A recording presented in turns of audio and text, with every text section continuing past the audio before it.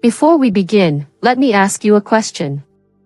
If the person you loved humiliated you, cheated on you, and destroyed the one opportunity that could have changed your life forever, what would you do? Would you forgive them, or would you walk away without looking back? Welcome, family. Thank you so much for joining us on Pet Horror Stories.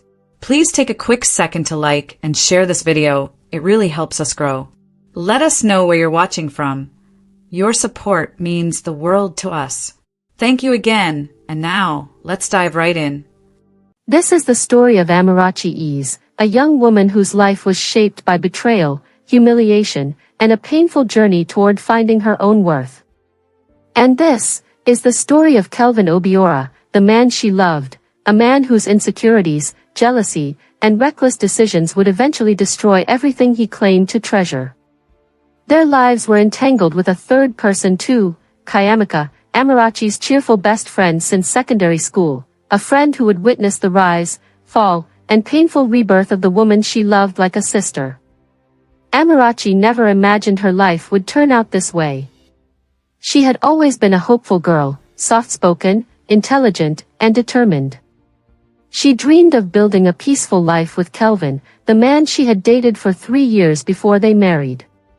But marriage opened a door she wasn't prepared for. Kelvin changed. At first, it was small comments. "Amara, why are you getting bigger? You weren't like this before we got married. Is this how you cook? Kayamika cooks better, you know. You want to apply for a job? With which confidence? You can't even talk boldly." Each insult chipped at something inside her. Amarachi tried to hide the hurt. She believed marriage required patience. But Kelvin's insecurity grew like a shadow that refused to leave.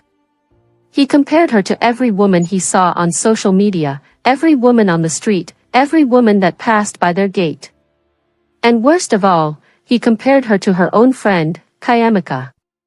"Look at Kayamika, always glowing. You should be like her." Every time those words came out of his mouth, Amarachi felt her spirit break a little more. One day, Kayamika visited and noticed Amarachi's fading joy. "Amara, what's happening?" she whispered. Amarachi forced a smile, but the truth spilled out. "I'm not enough. Kelvin reminds me every day." Kayamika held her hand, firm and warm. "No. You're more than enough. You just forgot who you are." Her words lit something small, a spark Amarachi didn't know she still had. Days later, Amarachi made a decision. She would go back to work. She'd take a certification course she once abandoned because Kelvin told her she wasn't smart enough. The day she mentioned it, Kelvin laughed. "You? Do you think companies hire people like you? Amara, please don't embarrass me. Just stay home. It's better."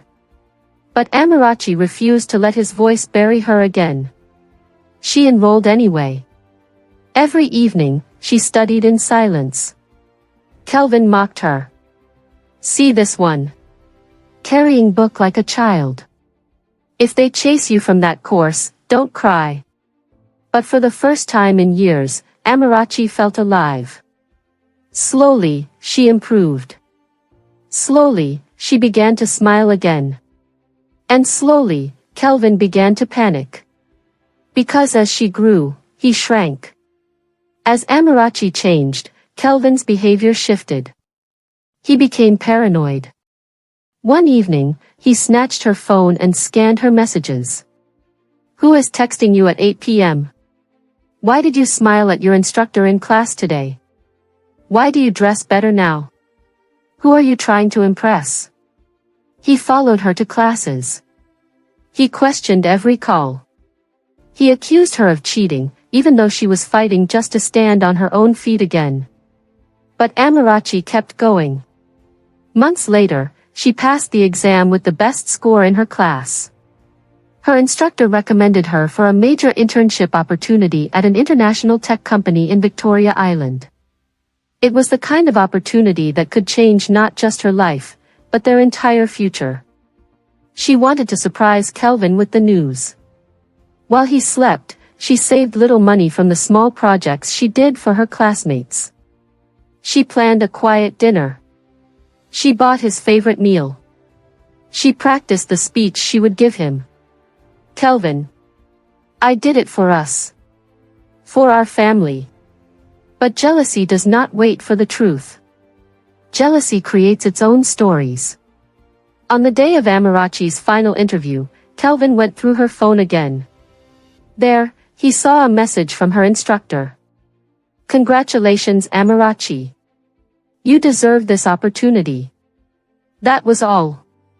But in Kelvin's insecure mind, it meant something entirely different.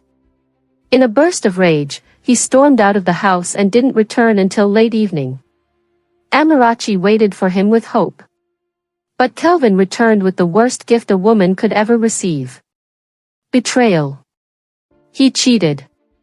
He slept with another woman from his workplace, a woman he had been exchanging messages with for months, a woman he ran to in the heat of his own insecurity. But fate has a way of correcting its own balance. Because the very night he cheated, the unimaginable happened. That woman, the one he betrayed Amarachi with, was someone Amarachi had unknowingly helped years ago, someone who knew Amarachi's character deeply. And as soon as the truth of Kelvin's actions spilled out that night, something shattered inside Kelvin. It wasn't a spell. It wasn't diabolic power. It wasn't Amarachi seeking revenge. It was guilt, a guilt so heavy that even the woman he cheated with rejected him instantly, calling him weak, insecure, and foolish for destroying a faithful woman's heart. Kelvin left her house humiliated, broken, and shaken. But the night was not done with him. Kelvin returned home in a blind rage, convinced Amarachi had pushed him to cheat. And when he saw the neatly arranged table, the dinner she had prepared, the gift bag she bought for him, the handwritten card with the words, "For us," he snapped.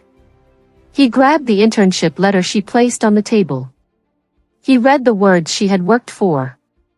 "We are pleased to offer you a position." And he tore it.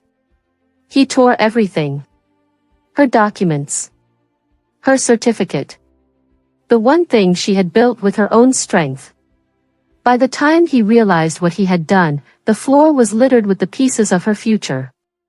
At that exact moment, Amarachi walked in. She didn't cry. She didn't scream. She simply looked at the pieces, then at Kelvin, the man she had loved for years, and a calmness settled over her. Kelvin's phone rang. It was a call from his boss.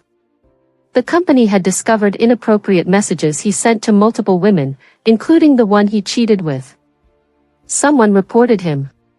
He was suspended immediately. The consequences of his insecurity arrived faster than he expected. When he turned around, Amarachi was already packing her bags. "Amara, please. I don't know what came over me." She looked at him, not with hatred, but with freedom. "I spent years believing I wasn't enough. But today, I know I am more than enough. I won't let you destroy me anymore." She left. And Kelvin broke. Insecurity is a dangerous thing.